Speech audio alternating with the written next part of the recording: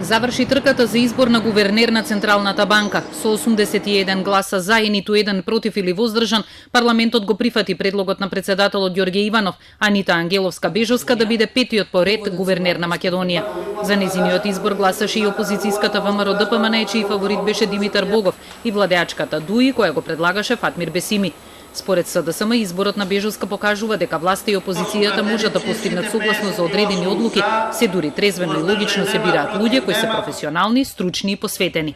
Многу е добро кога аргументите ќе преовладаат во една расправа, во една постапка, во еден процес, зад кој сите ќе застанеме убедени дека Народната банка на Република Македонија ќе го добие вистинскиот човек кој и понатаму ќе работи во интерес на граѓаните на Република Македонија, во интерес на стабилноста финансиска на нашата држава, во интерес на непречената работа на банкарскиот сектор и во интерес на сето она што значи надлежност на Народната банка на Република Македонија, а и како има влијание врз животите на граѓаните на Република Македонија. Покрај тоа што Анита Ангеловска-Бежовска е професионалец, докажан и експерт, и сметам дека добро ќе се снајде на оваа позиција со оглед на искуството кое што го има и ќе продолжи да работи, односно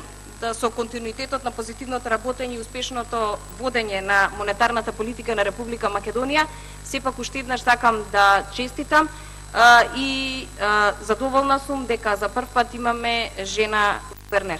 Анита Ангеловска-Бежовска на функцијата гувернер на Народната банка доаѓа од позицијата вице-гувернер и ќе ја води Народната банка во следните 7 години. Незиниот избор доаѓа на последниот ден од мандатот на Димитар Богов, кој кандидатурата за втор мандат ја врати минатата недела, откако не ја доби поддршката на парламентарното мнозинство. Одлуката на парламентот влегува на сила на денот на донесувањето, ќе биде објавена во службен весник. Примопредавањето на гувернерското место меѓу Богов и Бежовска, според првичните најави, ќе се случи утре.